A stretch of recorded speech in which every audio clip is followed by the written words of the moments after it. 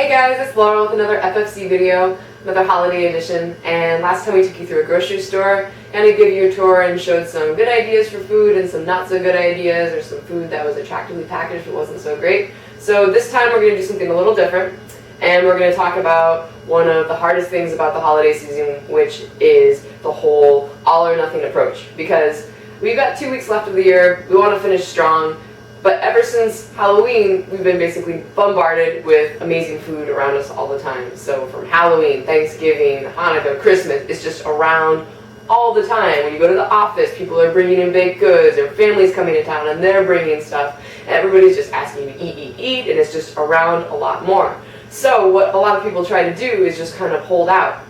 But that only works for so long, and then finally do cave. People usually just say, what's the use? And then they just go nuts, and then they just keep eating and eating and eating, and they say, I'll start fresh in January 1st, and we know how that goes. When you come around to January 1st, there's just so much work to do that after a few weeks, it just seems like, what's the use, and then everybody gives up again. So instead of going through that whole cycle that happens every single year and just gets really frustrating, we have kind of a plan that will help you get through these next few weeks. So basically, the idea is to just plan. Just plan a little more, and that goes such a long way. So you're going to plan your workouts, plan a couple meals, and plan your cheat days. So when you have that structure in mind, you're kind of just taking little baby steps towards your goal. Instead of just trying to really, really hold out and use your self-restraint, you're actually just taking a couple little steps here and there towards good habits, so when the new year does come along, you're not so far behind.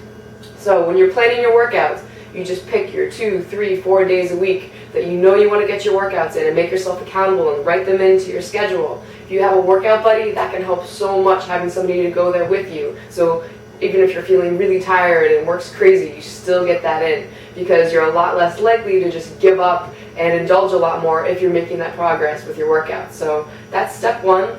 Step 2 is to just plan a little more with your meals, because if you just kind of wing it and just get your lunch with your takeout, which everybody wants to get pizza at the office, it's going to be so much harder to say no if you don't really have anything planned. But if you just take like 1 hour a week, that's really all it takes, just cook something up and then bring it with you to lunch, then it's a lot easier to say no, because you already have your meal that you made, so why would you go ahead and throw out your meal? One way that's easier is to just bring it along with you. It can get really annoying to smush everything all together into like a baggie, or have all this Tupperware with you. So especially if you're going to be bringing your lunch and maybe a couple of snacks. So you can get something like this. It's like a thermos. You can get it anywhere where there's kitchenware, and it just separates the food for you. So you can have your snack up here, and your lunch in here, and another snack down here, or your fruit. So that makes it super easy, and you can wash it. It's really easy to clean. So it doesn't have to be crazy like planning out your breakfast, meal, and lunch, but if you're just cooking something for the week, and then you have that to bring with you every day to lunch, it just makes it that step easier.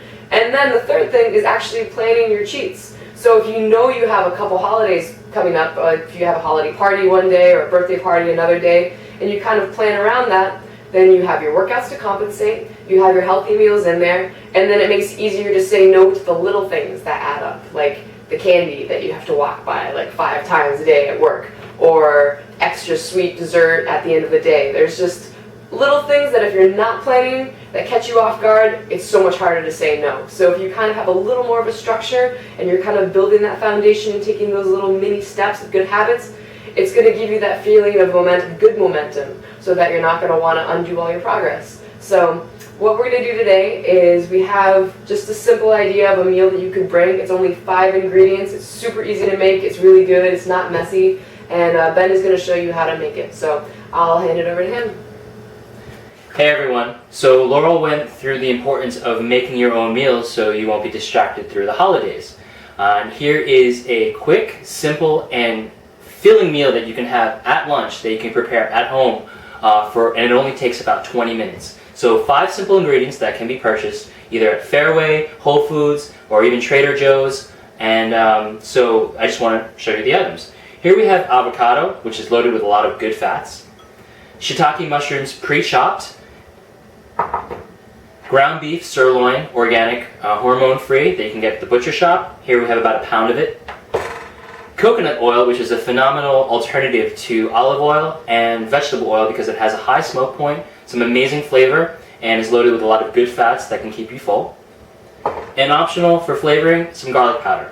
So, I emptied the mushrooms, the shiitake mushrooms, in 1 tablespoon of coconut oil covered in about a medium heat, so it soaks up all that great coconut flavor. I also put 1 pound of beef in a frying pan, medium-high heat, and also 1 teaspoon of coconut oil. So basically stir it till it turns brown, add a little bit of garlic powder, depending on taste, and then after that's done, you can actually add the mushrooms to the beef so the mushrooms can soak up the coconut oil and the beef flavor.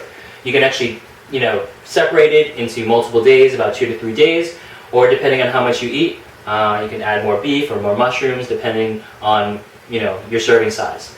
After that, you can put the avocado on top as a garnish, and we'll see how it looks. So here we have the finished product. We have our shiitake mushrooms chopped with our organic ground beef, topped with a avocado.